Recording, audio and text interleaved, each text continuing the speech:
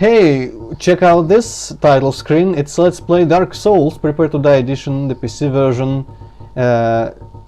hipp0cat is here also. Hello. Say hello, hipp0cat. Yes, I was a bit late there.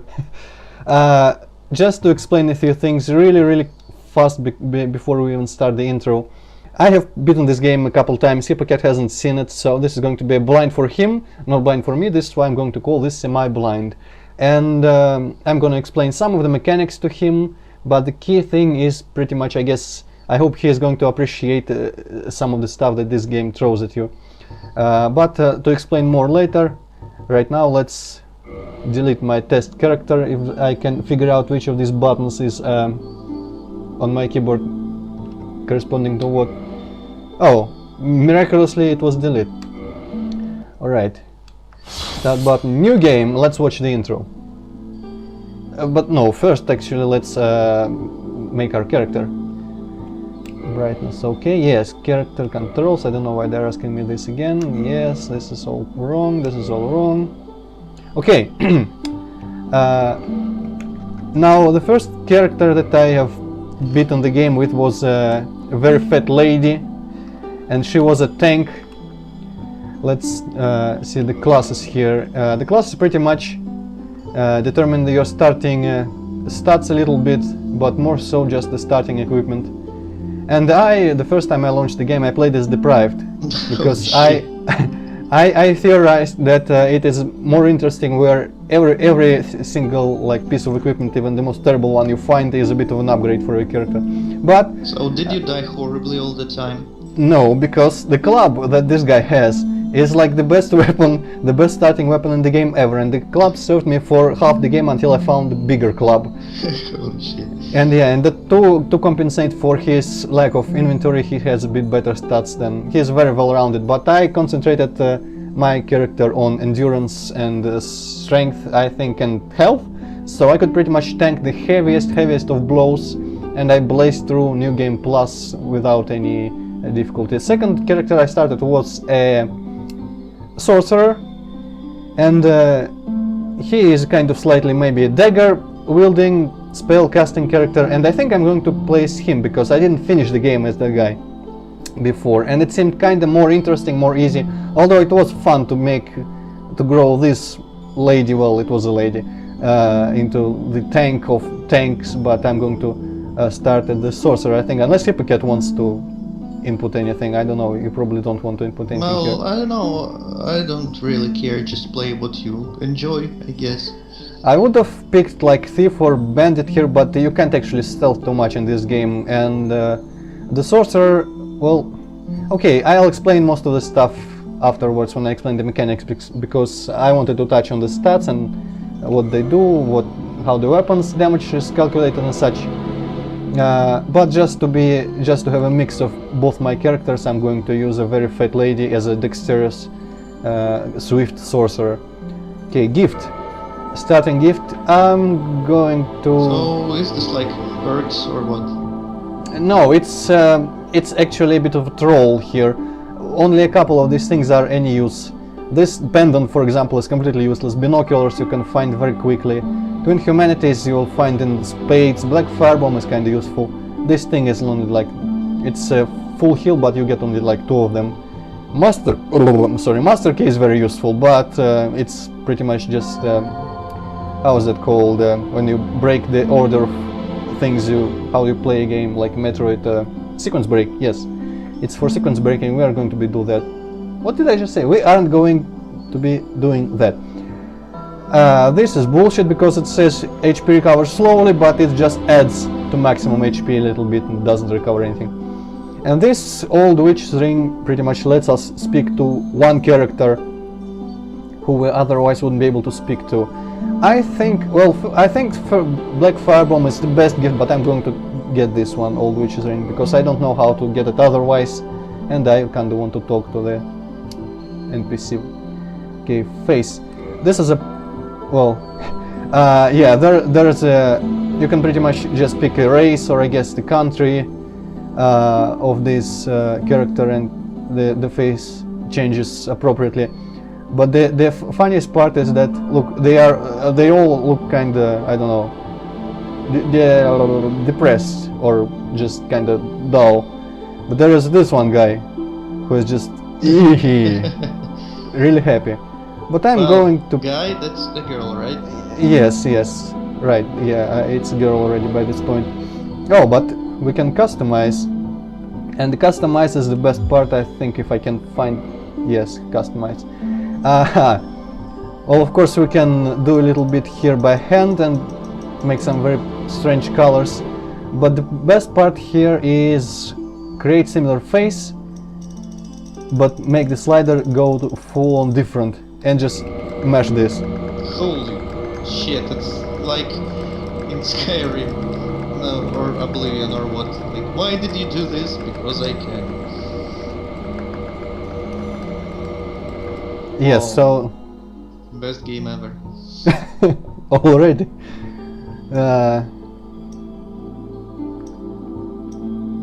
Okay, wait a second here, I'm going to pick some anime color, I guess purple. Okay, why the hell hair color and eye color are the same? Oh, interesting, I didn't even notice that. Well, maybe it's just how humans are in the world of Dark Souls. Okay, I should probably customize. What's customized? Oh! No, I'm not going to even go into that initial... Ah, damn it! Who knew that initialize was default? Okay, let's mesh a little bit more. Okay, I'm satisfied with this. Looks evil. Oh my god. Now if only I could find... Ah, yeah, physique here. To make her very large. Alright, this is going to be a great character, I can tell already. Except... So yeah, the class... Oh, yeah, intro. Wait, everything stop, watch intro. In the age of ancients, the world was unformed, shrouded by fog. I hope it's Land recording. of grey crags, arch trees, and everlasting dragons. Also pay attention, it's all relevant. But then there was fire. And with fire came disparity. Heat and cold, life and death, and of course, light and dark.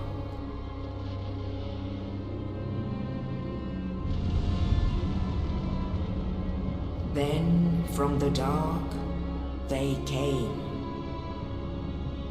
and found the souls of lords within the flame.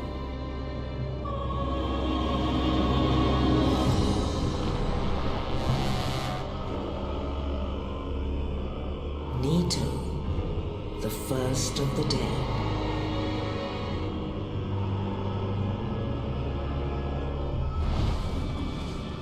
The Witch of Izalith and her daughters of Chaos.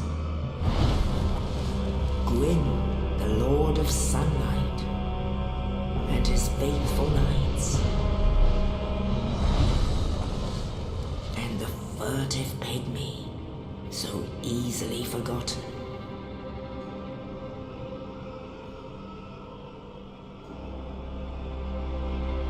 With the strength of lords, they challenged the dragons. Gwyn's mighty bullets peeled apart their stone skins. The witches weaved great firestorms. Nito unleashed a miasma of death and disease. And Seath, the Scaleless, betrayed his own, and the dragons were no more.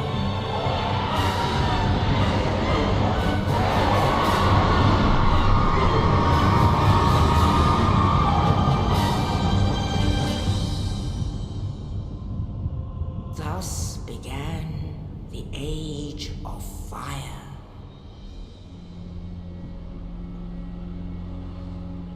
But soon the flames will fade, and only dark will remain.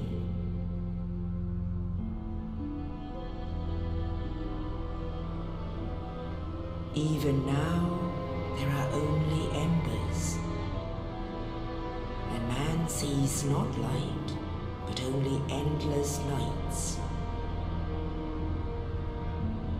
And amongst the living are seen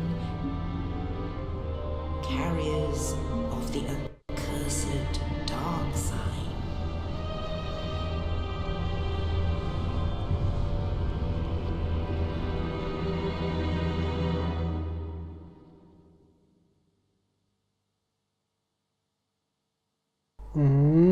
And that's pretty much it. So we Okay, just... what the hell was that all about? Are like dragons bad, or are those like god guys bad, or what? What's Yes, happening? indeed. Yes, indeed. The dark side brands the Uh, undead. I'll answer your questions when this second intro ends. It's very fast. And in this land, That's the our inmates. undead are corralled and led to the north.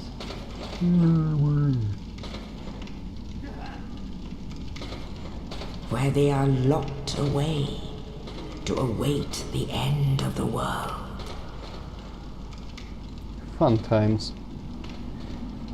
And that's us sitting there in the corner. Game starts in a This jail? is Elder your Scrolls fate. ripoff. That's not a jail, it's an asylum. Totally not the same thing.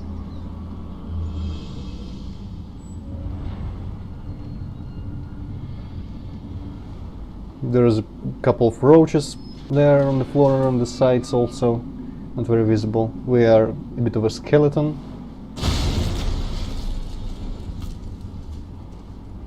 That dude just threw a corpse in our cell.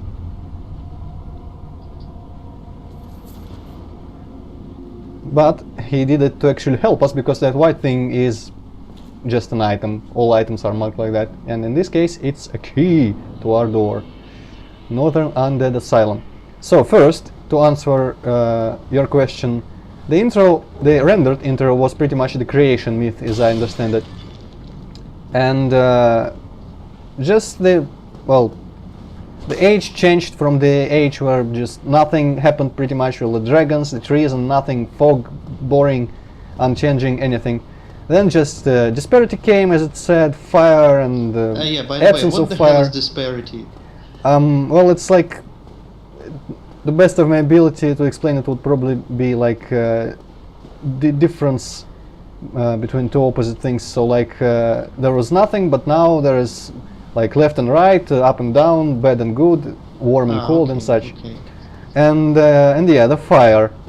And then this pretty much like, well, not pretty much like, but very similar to like the ancient Greece mythology, because they also had gods that took over, because initially they were like titans or something, and then Zeus just killed them all or imprisoned them all, and they became gods of the Olympus. It's very similar here. So those people or figures that found the souls of lords in the flame, I have no idea where they came from, where the people came from, where all the knights of Lord Gwyn, for example, came from. That's never explained really too much. But they challenged the old regime, so to speak, and established their own. So now they are in, well, after that they were in Lordran, the land of the lords. I think they all lived kind of around and ruled over pretty much the world. The rest of the backstory I'm going to explain as it becomes relevant. Also, my mouse kind of stopped working here for some reason. Oh, it's back. Okay, never mind. And then I wanted to mention about the classes. Also, I have a little bitty piece of a sword here as my weapon, and no shield. That's great. So let's kill people with these now. Yeah. The classes, they pretty much, the biggest difference is starting equipment, and the reason I'm picking sorcerer over like a thief, even though as a thief you would be able to buy all the spells and such, the sorcerer is going to get one copy of an early spell, which you can then buy another copy, and you get twice as much casts of that spell. So that's That's why I'm doing this. Okay, these are tutorial messages. And now we are escaping the asylum because we are undead and the world is kind of ending here. The flames are fading, undead are emerging and are pretty much sent here to rot in peace and quiet. So is there any reason behind like all world going to shit? Well, the flames are dying, so yeah, that's like the primordial flame or something. Well, the flame which pretty much gives life to everything. The one that in the intro was in the big cave, I think that's the one. Also, hello. Hell is that? That's for the future. Because we are returning here afterwards, even though it's the tutorial area, we can return here at some point. Pretty much, probably right after we leave, but we have to do something first. Okay, so yeah, today we're just going to play this little tutorial area to make a little bit of a teaser. First episode of this Let's Play. I don't know if hipp0cat's going to get interested enough in the game so that he would be more willing to record this after Might Magic 6, but in any case I'm just going to make him, so yeah.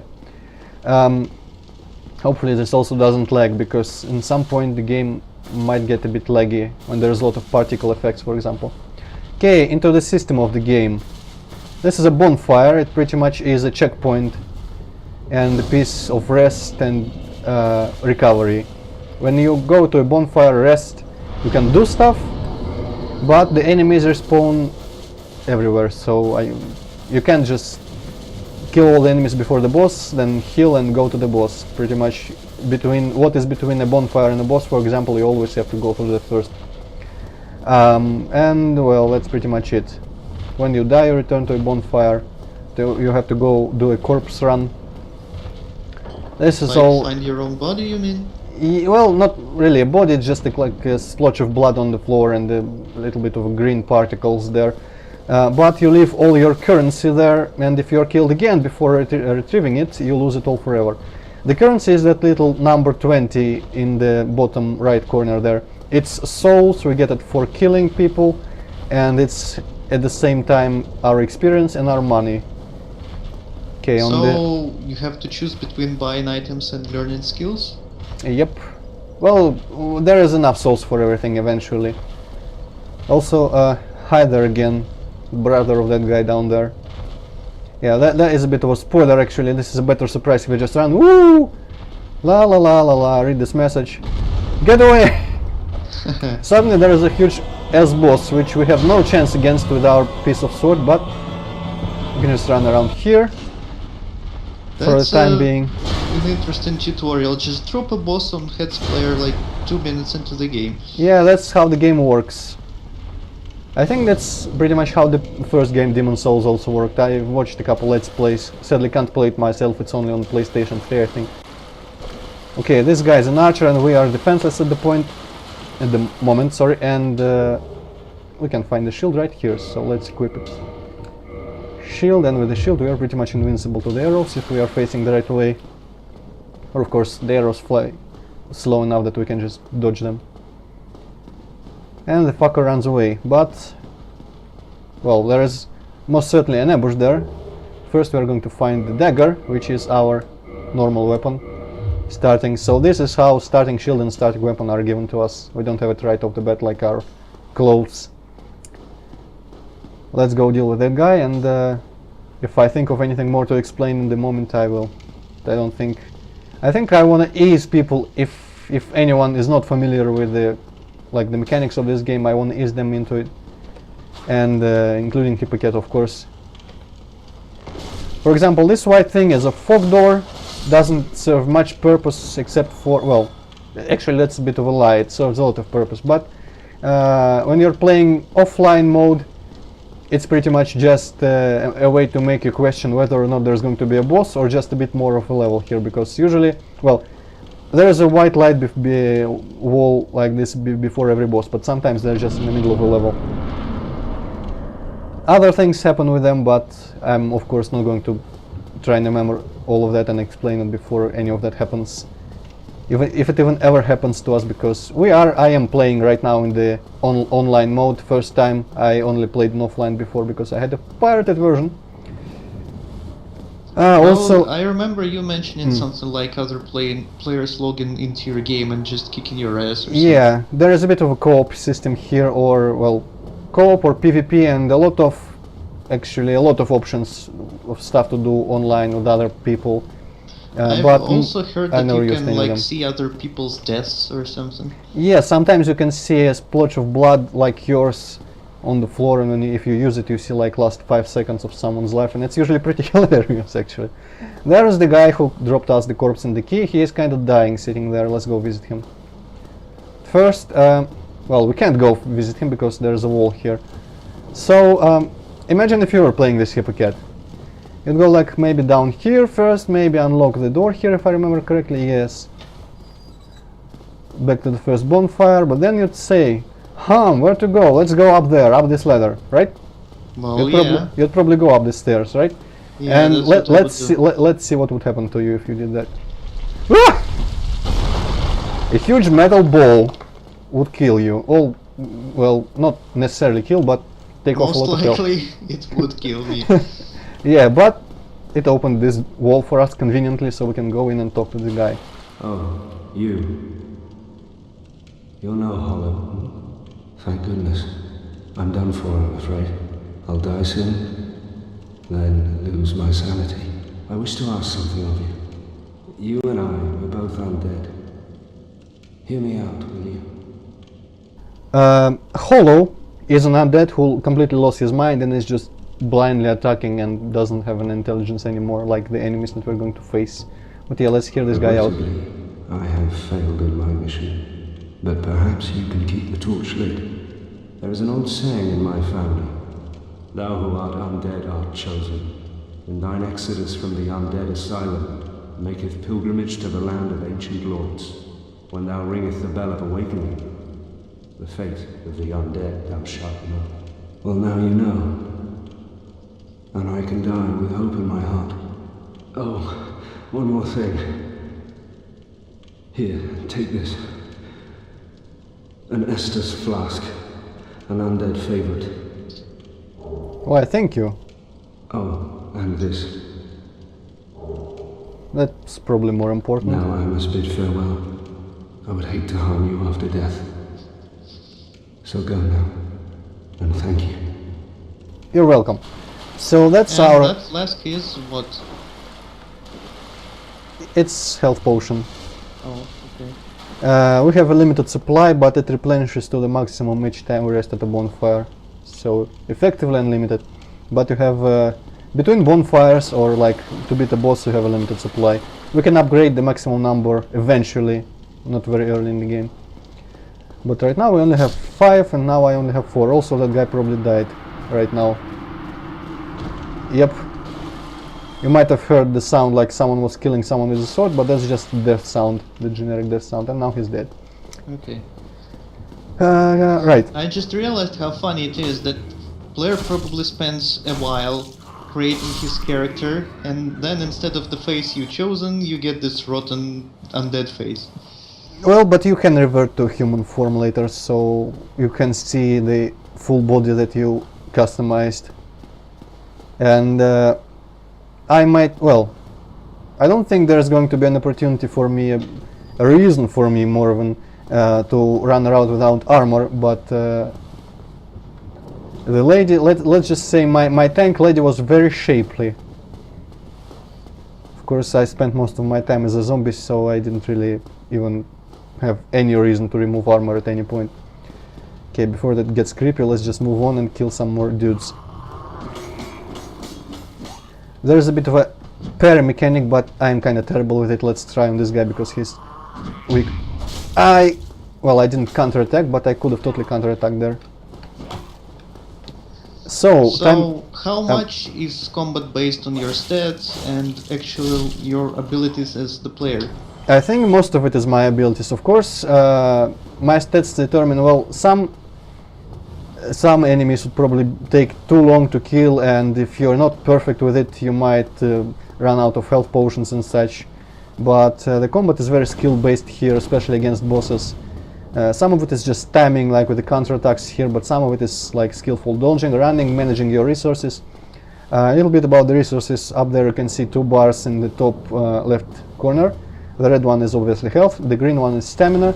Stamina replenishes, well, replenishes but time, but it is reduced when you take hits with the shield, when you run, jump, and pretty much attack, do anything.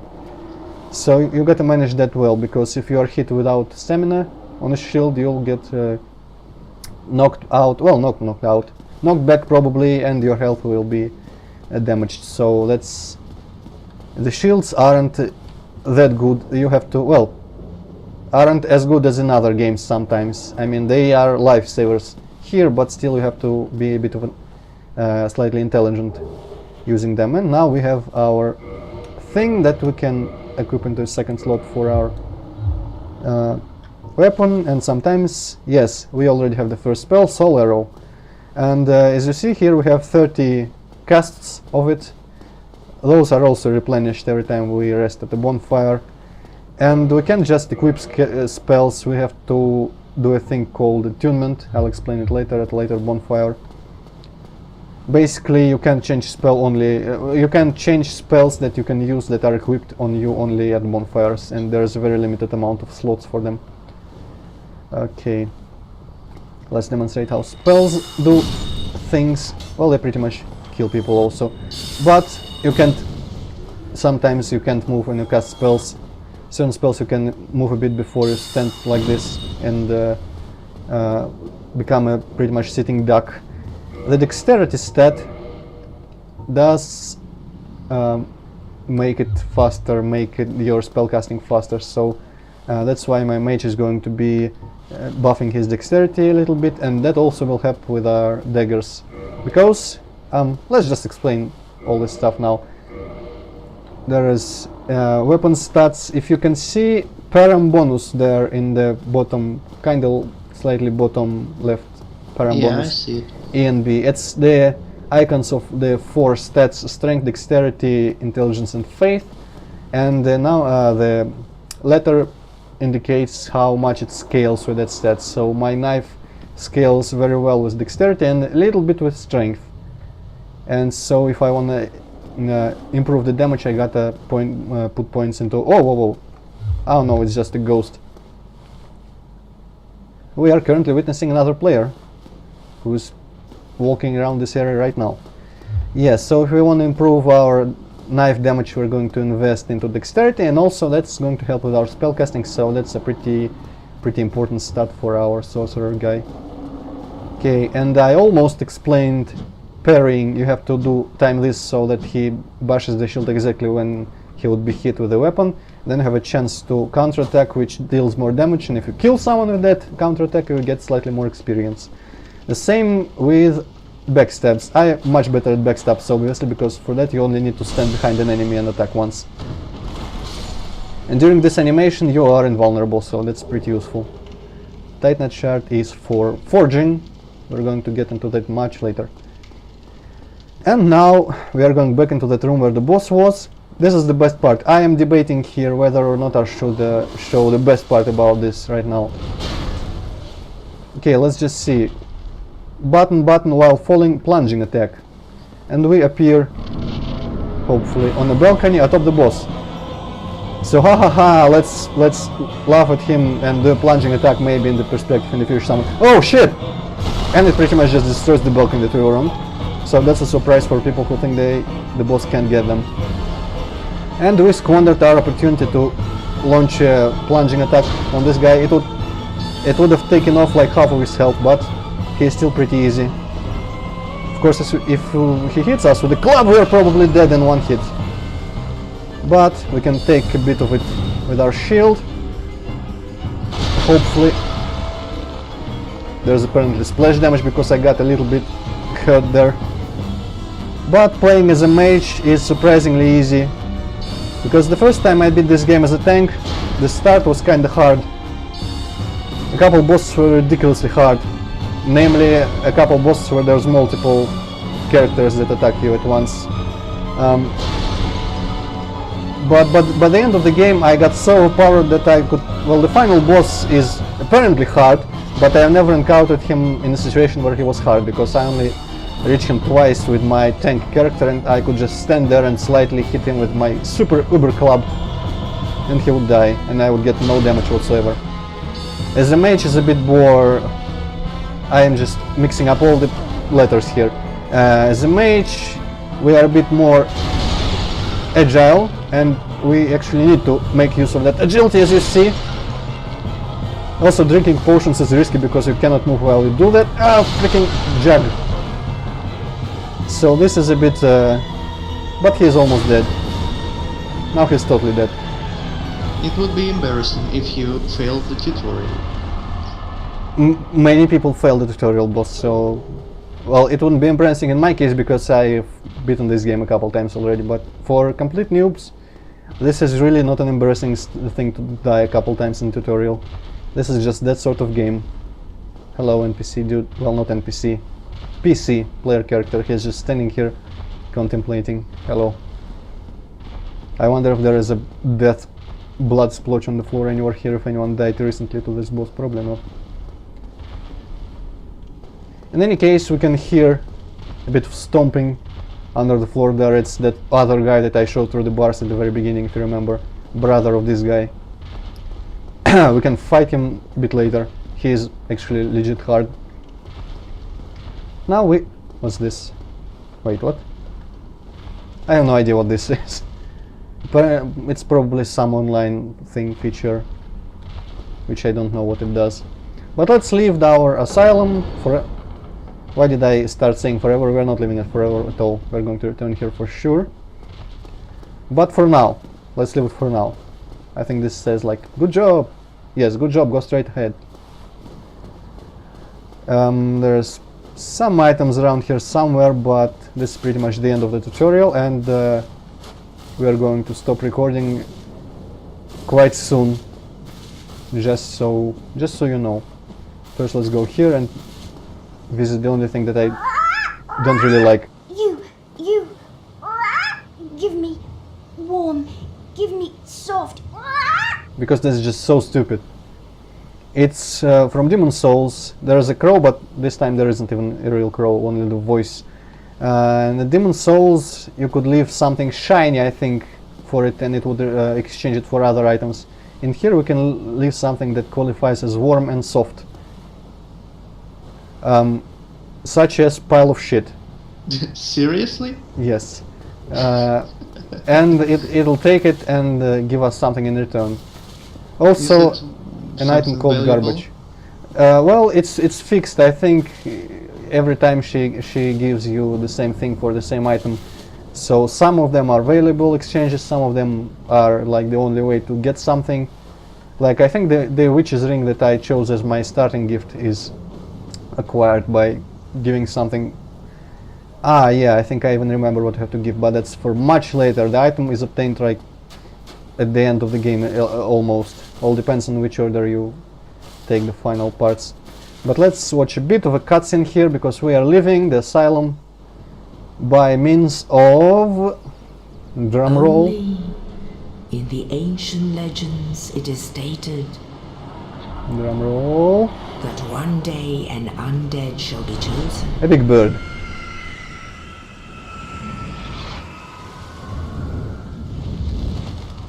To leave the undead asylum in pilgrimage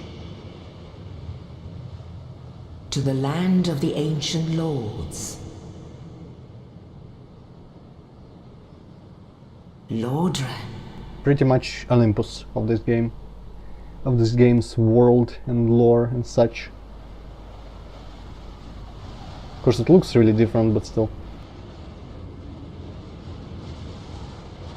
And also this is the whole area of the game is Lordran and surrounding areas. It's a little bit non-linear in parts, but in any case after you open up areas you certainly can travel around as much as you please, like a Metroid game. Okay, thank you for that bit of info, I already know this. And this is the guy who killed me when I was when we were measuring the volume.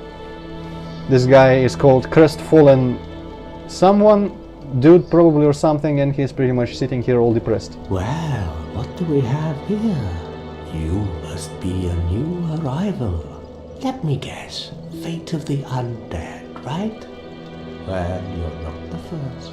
But there's no salvation here. You'd have done better to rot in the undead asylum. But too late now.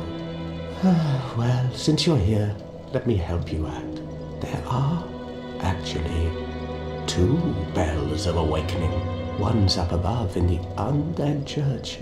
The other is far, far below, in the ruins at the base of Blight Town. Ring them both, and something happens. Brilliant, right? Not much to go on, but I have a feeling that won't stop you. So, off you go. It is why you came, isn't it?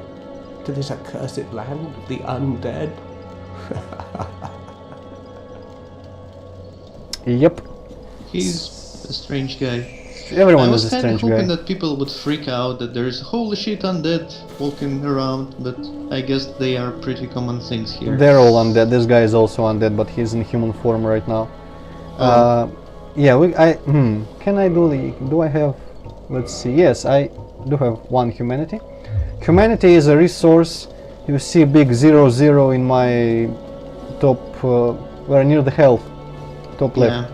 It's my liquid humanity, so to speak, and this item is, whoops, wrong button.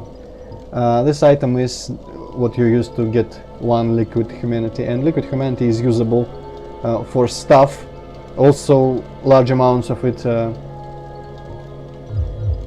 improves some things, I think, like magic damage or something, but you lose it all if you don't get back to your corpse, just like your souls, so it's risky to have all the liquid humanity up there.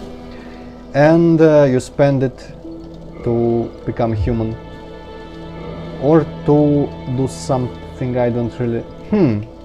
Well, let's become human first and foremost. Does this affect anything? Yes. Oh, so using it restores solar health, but that's just a side effect. Reverse solving, right. Reverse solving is we lose 1 humanity, 1 liquid humanity, and we become... Wow, there's a guy sitting here. And we become human again. And Kindle is plus 5 health potions to be restored to this, so if I kindle... Well, it's already kindled, I have 10 as you can see right now. This bonfire is the only one in the game I think that comes pre-kindled. Also, I kinda look like some Nazi officer right now in this. Yeah, kinda. From Wolfenstein, Return to Castle Wolfenstein.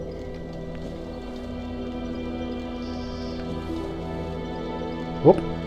But yeah, this is... you can only kindle when you're human, so at least it's required for that. Also, you can only get invaded when you're human. And I think you can participate in co-op only when you're human also. Oh, another, so... Is he? No, I don't think he's in it. Or maybe, yeah, his armor thingy kinda look like mine. And there's probably... Ah, yes. Well, invaded by both players, and a bit of a scripted NPC invasions also can happen only when you're human. And only when you haven't beaten the boss of the area yet. So this... Well, suddenly we get just 3 humanity right off the bat here of this guy. This is pretty much the only area in the game I think that has ambient music. And the track is pretty nice, kinda sad, slightly depressed, and it sets the tone for the whole game. The whole game is about the end of the world, and it's really depressing in times and just kinda dark in general. And we are going to be exploring the the land of the Lords, Lord Run here. We're going to be looking for the 2 bells first things first, because that's the only thing we have to go on right now. The only thing we heard about just what to do is the prophecy told by that guy in the asylum, and now this guy corrected him saying that there's 2 bells. So I guess since we are an undead and we don't have anything better to do, let's see if we can fulfill the prophecy and ring the 2 bells and see what it does. That's pretty much our mission right now for the first like third of the game. Because the first bell is pretty quick, but the second bell is a kind of a bitch. But we'll get to that later. And this is where we'll start next time in the next video. This is a bit of a hub here. You can go in different ways, but only one way is really true right now, that path on the cliffside. The others will get you horribly murdered at this point in the game. What does he do every time with his legs? I mean, she. when you stand down, she brings her knees closer after a second. That's weird. Yeah, looks weird. So yeah, this is, I don't know if I should even...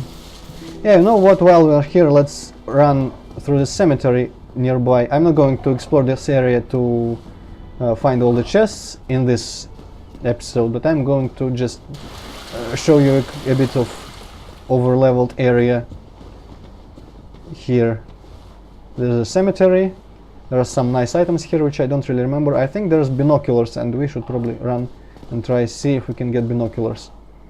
And the skeletons here, Just which make are... sure you don't die, Antroid. I am going to die, I think.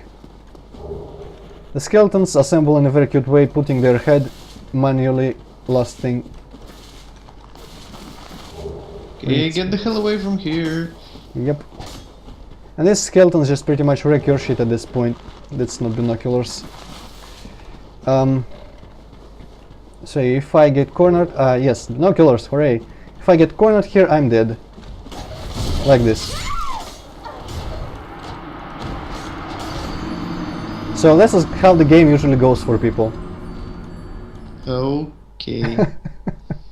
So can you get your shit back? Well, if I do get my shit back, I think I'll just be killed again, but let's try, I guess, one time. I shouldn't get killed on the way there, maybe I can escape quicker. Actually, the shit that gets dropped when you die doesn't get dropped at the exact point where you died, but like 5 seconds before you died. So that is, I think the main point of that is if you fell into a deep pit, if you die at the bottom, your shit is on the top from where you fell, so it is possible to get it. Sometimes it's annoying, like in that case, it fell, well, it dropped, I don't even remember where, I think through here. It probably dropped a bit deeper than I would have liked to go right now. Oh shit. Nope.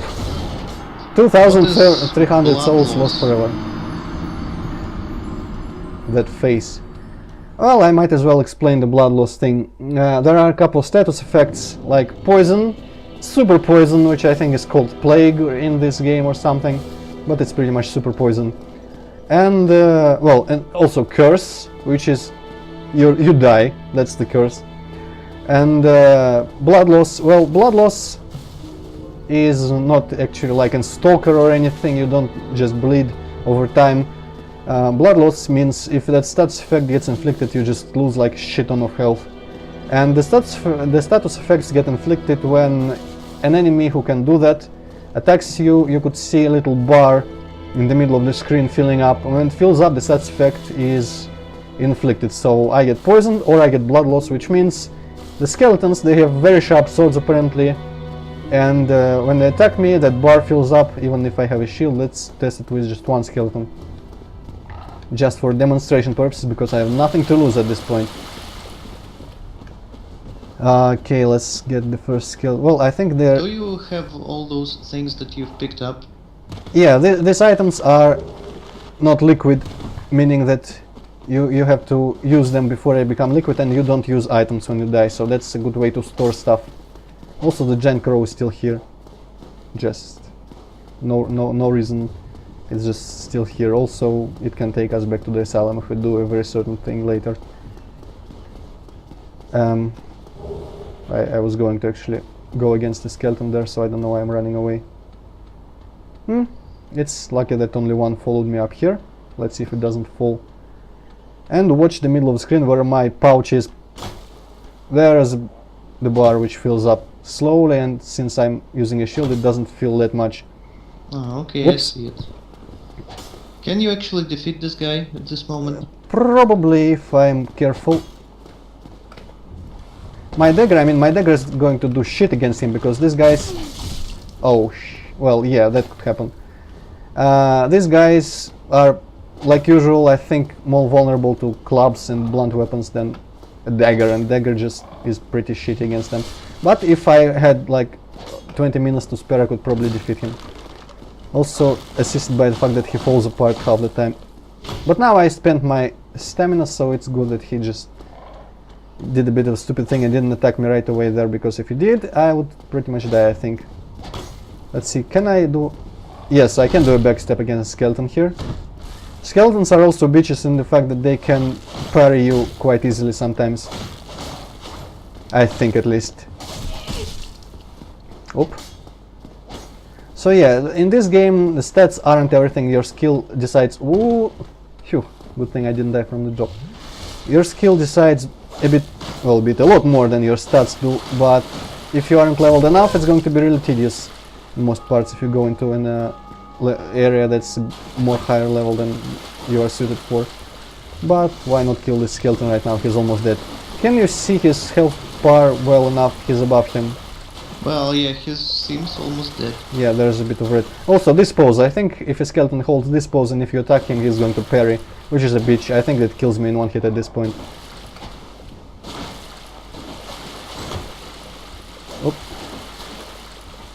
And also my stamina recharges far slower if I walk around with my shield up, so I have to lower my shield when I'm recharging.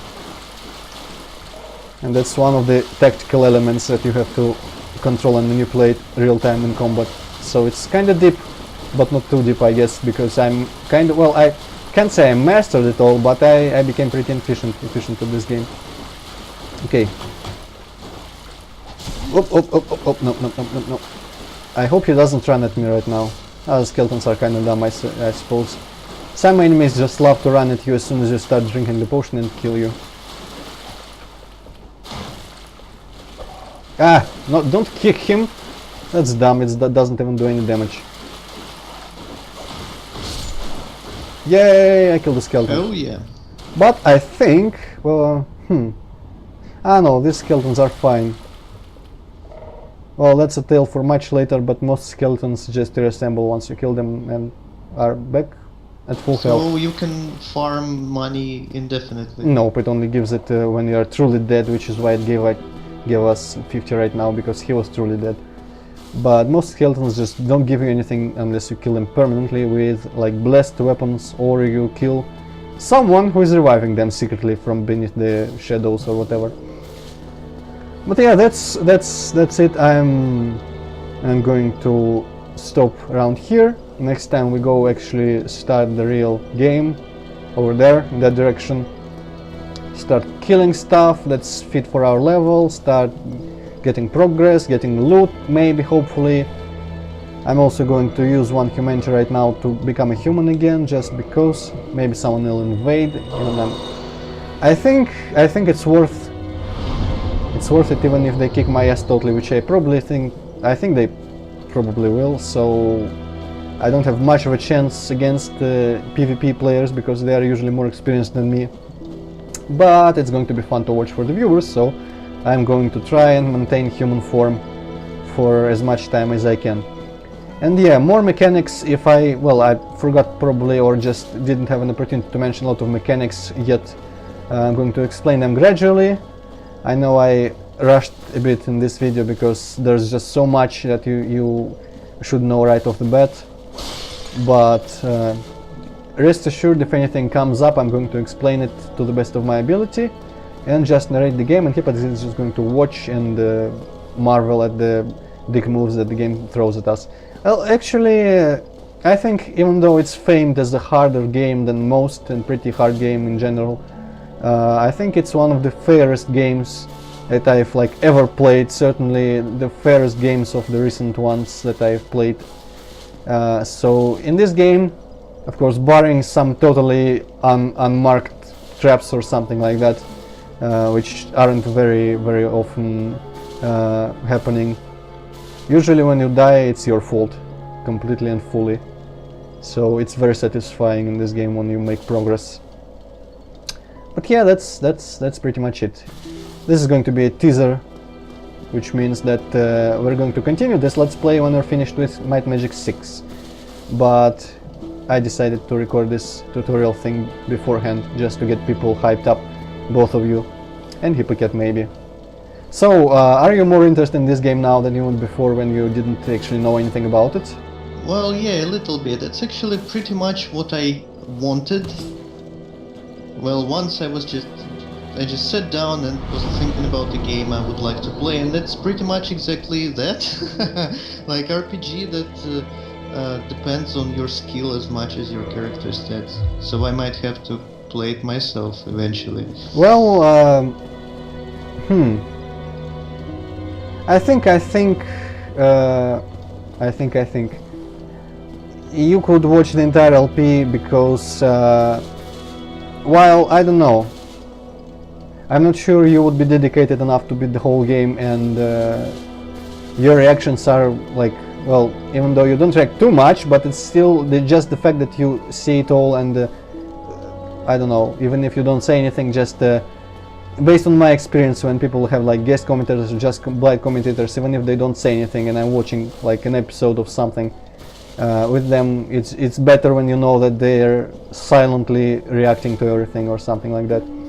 So I forgot where I was going with that. Well, I saw like half of this game before even trying to play it myself, and the game didn't get any worse for it, so I think you'll be fine with it after guesting here for the entire LP. You can try. Oh yeah, that's the idea. I wouldn't want to ruin the LP by playing. You can try another class or something, maybe record it if you will, but that's a story for another time. So yeah, hopefully I said everything I wanted to say. If not, I'm going to say it later in the next parts. So goodbye and see you next time in a couple of weeks. Goodbye.